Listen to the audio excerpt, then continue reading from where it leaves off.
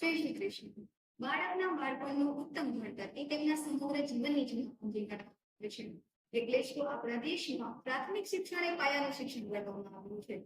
બાળકમાં શાળાકીય જીવનથી જ નેતૃત્વ શક્તિનો વિકાસ થાય, લોકશાહી પ્રણાલી તેમજ ચૂંટણી પ્રક્રિયા વિશેની માહિતી કેળવે તે હેતુથી રાજ્ય સરકારની પ્રેરણાથી ધોરણ 6 થી 8ના બાળકો માટે બાળ સંસદની રચના કરવામાં આવી છે.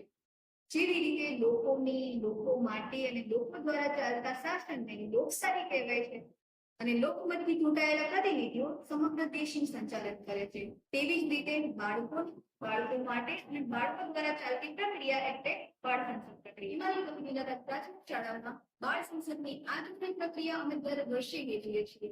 આ વર્ષે 2024માં પણ અમે આ પ્રક્રિયા યોજવા જઈ રહ્યા છીએ, જેમાં ધોરણ 6 થી 8ના તમામ બાળકો ગુજરાતી માધ્યમ અને અંગ્રેજી માધ્યમ બંને તેમજ શાળાના શિક્ષકો અને આચાર્યશ્રી તમામ આ વિડીયોના માધ્યમથી બાળ સંસદની ચૂંટણી પ્રક્રિયા તમને દર્શાવીશું. જો તમે આ ચેનલ પર નવા હો તો ચેનલને લાઈક, શેર કરો અને સબસ્ક્રાઇબ કરો.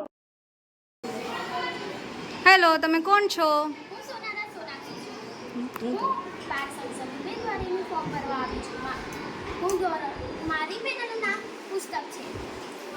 આ મારી સાથી મિત્ર છે. મારું નામ ત્રિપાઠી મીના છે.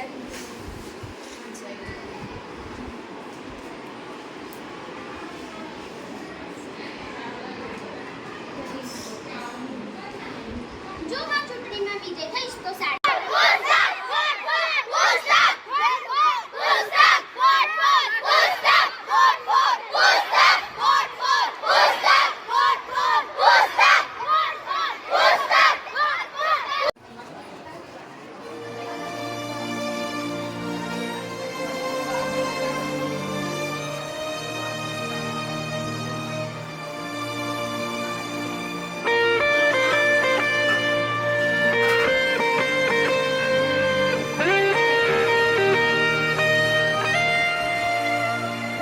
हम साथ चले तो जीतेंगे, हाथ में हाथ चले तो जीतेंगे. हम साथ चले तो जीतेंगे, हाथ में हाथ चले तो जीतेंगे. जीतेंगे सारे दावे सारे वादे जीतेंगे, जीतेंगे दिल के ये मजबूत इरादे जीतेंगे. जीतेंगे हर मंजर को हर मुश्किल को जीतेंगे, जीतेंगे सबकी नजरें सबके दिल को जीतेंगे. साथ चले तो जीतेंगे, हाथ में हाथ चले तो जीतेंगे. हम साथ चले तो